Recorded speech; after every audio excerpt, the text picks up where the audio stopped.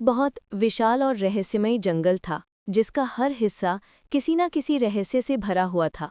बड़ी बड़ी चट्टानें, ऊंचे देवदार, जगह जगह बहती पतली धाराएं और हवा की सरसराहट इतनी गहरी थी कि लगता जैसी जंगल खुद सांस ले रहा हो।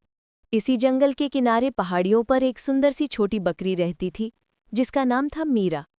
वो चंचल थी, बहादुर थी और हमेशा नए अनुभवों के लिए तैयार रहती थी। मीरा हर दिन गांव के पास की घाटी में घास खाती, ताज़ी हवा का आनंद लेती और अपने दोस्तों के साथ खेलती। लेकिन एक दिन उसने सोचा, जंगल के अंदर कैसी दुनिया होगी। मैं हमेशा बाहर बाहर ही घूमती रहती हूँ, कभी तो असली जंगल भी देखना चाहिए। उसके दोस्तों ने उसे रोकने की कोशिश की। उन्होंने कहा, वहाँ एक खतरनाक भेड़िया रहता है, उससे सब डरते हैं। लेकिन मीरा ने मुस्कुराते हुए कहा, भाई में जीने से अच्छा है कि दुनिया को खुद देख लिया जाए। और वो अकेली जंगल के अंदर चली गई। जंगल के भीतर घुसते ही उसे नया नया सब दिखाई देने लगा।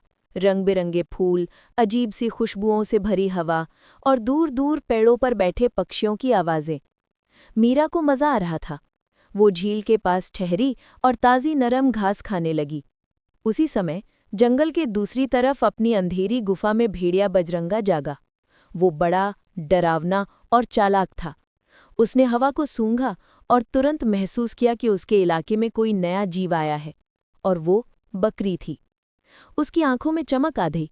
आज दावत मिलेगी, उसने सोचा, और आवाज का पीछा करते हुए झील की तरफ बढ़ गया।